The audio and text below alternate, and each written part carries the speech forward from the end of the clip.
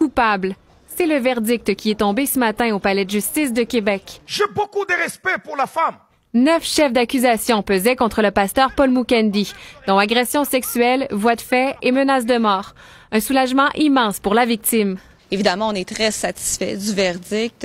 On est surtout satisfait pour la victime au dossier pour laquelle le processus de dénonciation a été long, a été ardu.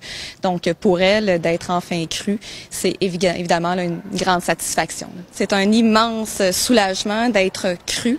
Elle a eu la tête haute durant tout le procès. C'est un procès qui a été difficile. J'ai parlé de son processus de dénonciation. Donc, évidemment, pour elle, là, c'est un moment là, qui est très, très positif pour elle. Aujourd'hui âgée de 31 ans, la jeune femme a été victime de Mukendi pendant 14 ans. Les gestes se sont produits entre 2002 et 2016. C'est sa mère qui l'aurait offerte en offrande au pasteur.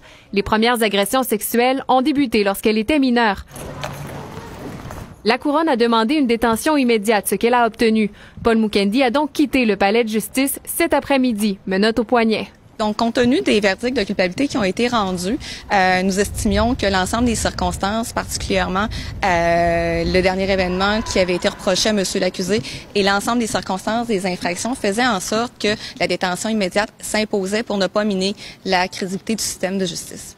Paul Mukendi reviendra en cours à la fin de l'été pour connaître sa peine. Pour le chef numéro 2, qui est d'exploitation sexuelle, il y a une peine minimale et évidemment, il y aura une peine globale d'imposer pour l'ensemble des 9 chefs d'accusation, qui sera certainement là, une peine de détention de longue durée qui sera recommandée par le poursuivant au juge.